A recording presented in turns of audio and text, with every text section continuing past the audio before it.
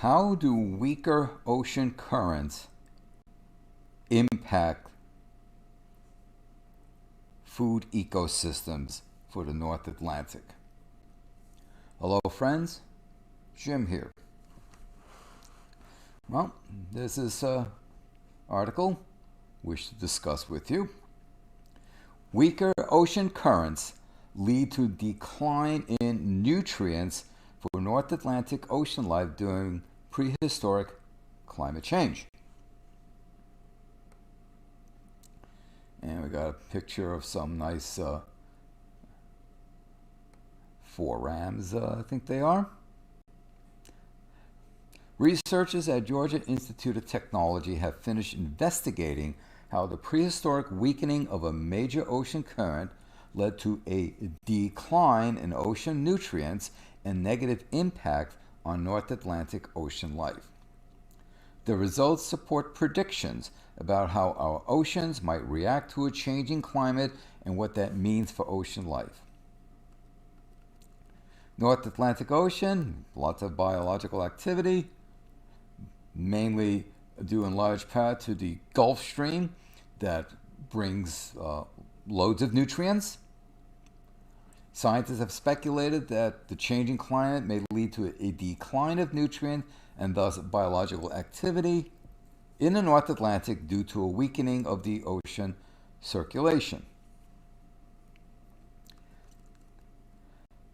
By studying sediments buried at the Gulf Stream's origin, the team has conducted basically a pioneering study into the impact of a similar climate-induced decline nearly 13,000 years ago when Earth exited the last ice age. The paper, A Diminished North Atlantic Nutrient Stream During Younger Dryas Climate Reversal, was published in Science. The research was led by Jean Lynch Stieglitz, who is a professor in the School of Earth of Atmospheric Sciences at Georgia Tech. The team also included Lynch Stieglitz's past students, Tyler Vollmer, Shannon Valley, Eric Blackman, along with Sifan Gu, who's of the Jiaotong University School of Oceanography, and Thomas Marchito, University of Colorado Boulder. The research tests a concept that's previously been only explored in theory and models, Lynch Stieglitz says. The large-scale Atlantic overturning circulation provides the nutrients that underlie biological productivity in the North Atlantic. Since the current is expected to continue weakening over the next century due to greenhouse gas emissions,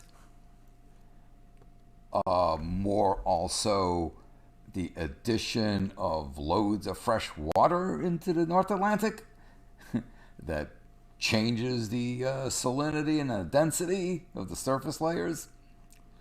So researchers anticipate that the North Atlantic will receive fewer and fewer nutrients. This concept has real-world implications for the future health of the oceans and fisheries. When Stieglitz explains, impacts range from a decline in fish population to potentially impacting the amount of CO2 the ocean can uptake. The dramatic climate changes the Earth has experienced in the past can help us understand what parts of the Earth system are vulnerable to change, help us evaluate ideas about the impacts of the ongoing climate change. So what did they do? And by the way, before I get into that, you have heard me say many times before, if you want to get a handle on what's happening now and what's likely to happen in the future, look at the past. So they studied the Younger Dryas, which is a period of time during the transition out of the last ice age when there was a weakening of the Atlantic circulation. By examining how the nutrient stream changed when circulation weakened in the past, the researchers hope to better understand what may happen from the oceans that are warming up today. What's interesting is that the work began as an undergraduate project for Eric Blackman, who wanted to investigate the disappearance of a species of plankton from the North Atlantic Ocean during the last ice age. So the results were puzzling. The outcome was puzzling. So they needed to use other techniques. And what they did was they reconstructed seawater oxygen concentration, and it produced a very clear record of how oxygen concentration in the seawater had changed through time. Basically, they used isotopic fractionation is the method. Once again, the impact of Wally Broecker is felt as he developed isotopic fractionation as a methodology to reconstruct past climate situations.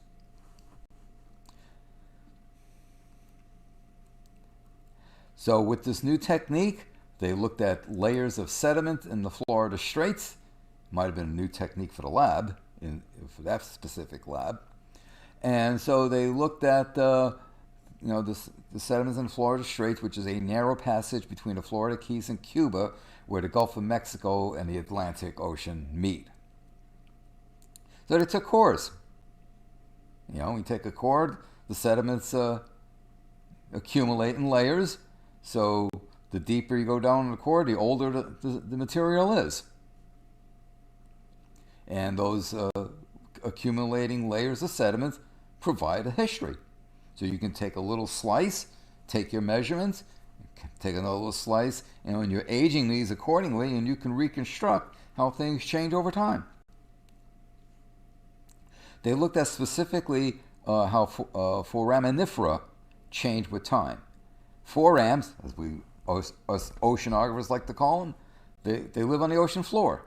Their shells accumulate within each layer of sediment. And as they accumulate, they preserve important chemical signatures.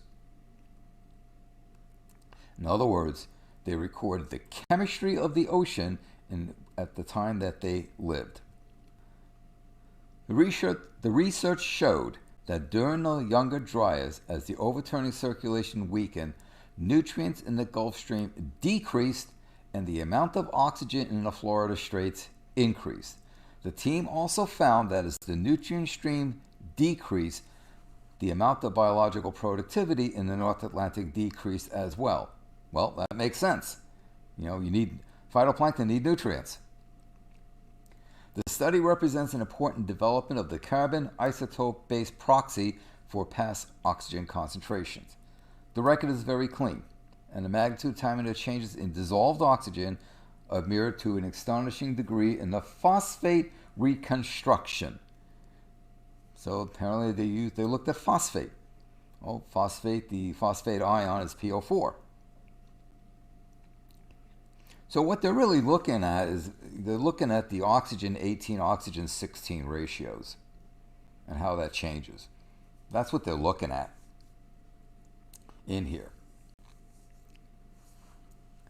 Beyond these findings about how the ocean works, the team study of forams also provide new ways to understand how nutrients are cycled around the ocean and how these are investigated. Okay, now there's a couple statements here I want to kind of indicate a little further.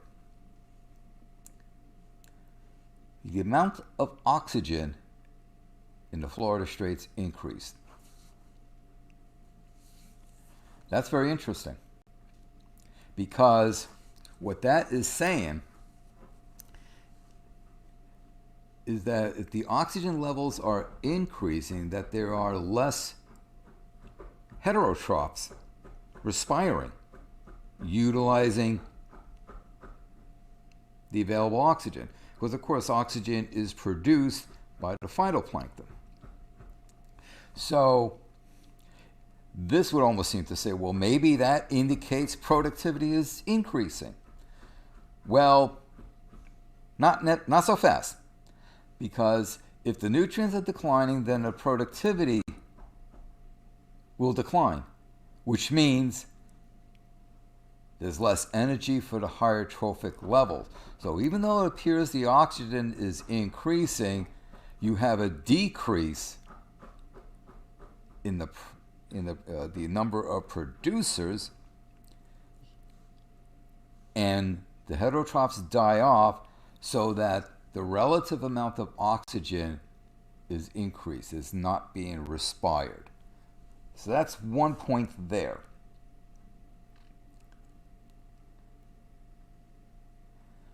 The other point, I've got to find that spot there. This statement here, decline of nutrients and biological activity in the North Atlantic. If you have a decline in nutrients, right, as I just said, phytoplankton are not going to be able to do their productivity thing. They die off, and basically the whole food web, food chain, all collapses. Now, another thing, they talk about the impacting amount of CO2 the ocean can uptake.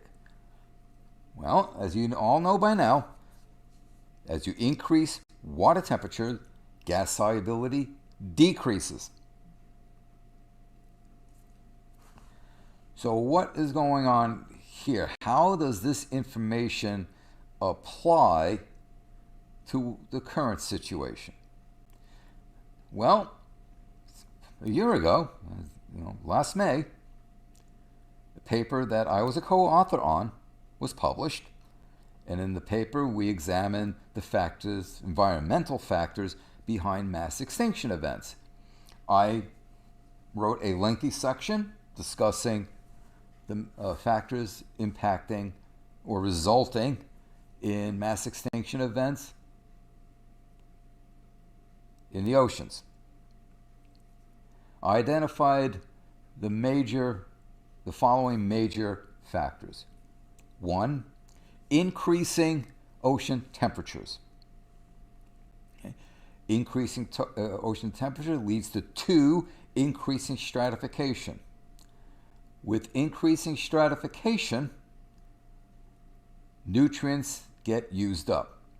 So 3, declining available nutrients. With declining available nutrients, that leads to 4, declining levels of net primary productivity. With the declining levels of net primary productivity, that leads to a declining secondary, tertiary productivity, leads to a decline, a collapse of the food chain system. That in turn leads to a drastic reduction in taxa, species diversity, population numbers. So, increasing warming temperatures, decreasing nutrients, increasing stratification, decreasing net primary productivity. The CO2 is no longer being used up. So now we have increasing CO2 levels that leads to increasing acidification. I went on to identify 2 further factors, namely plastic pollution and overharvesting of oceanic resources, all leading to basically the oceans in very poor condition today. So this is nice that they're able to reconstruct a little bit of the past ecosystem, and they make some assessments here. But the assessments, whether specifically or in general, definitely have ramifications for what's happening today. Definitely is a case study for what is happening today, which is, as I just laid out for you, not very good one bit. There you have it. Thank you for your time.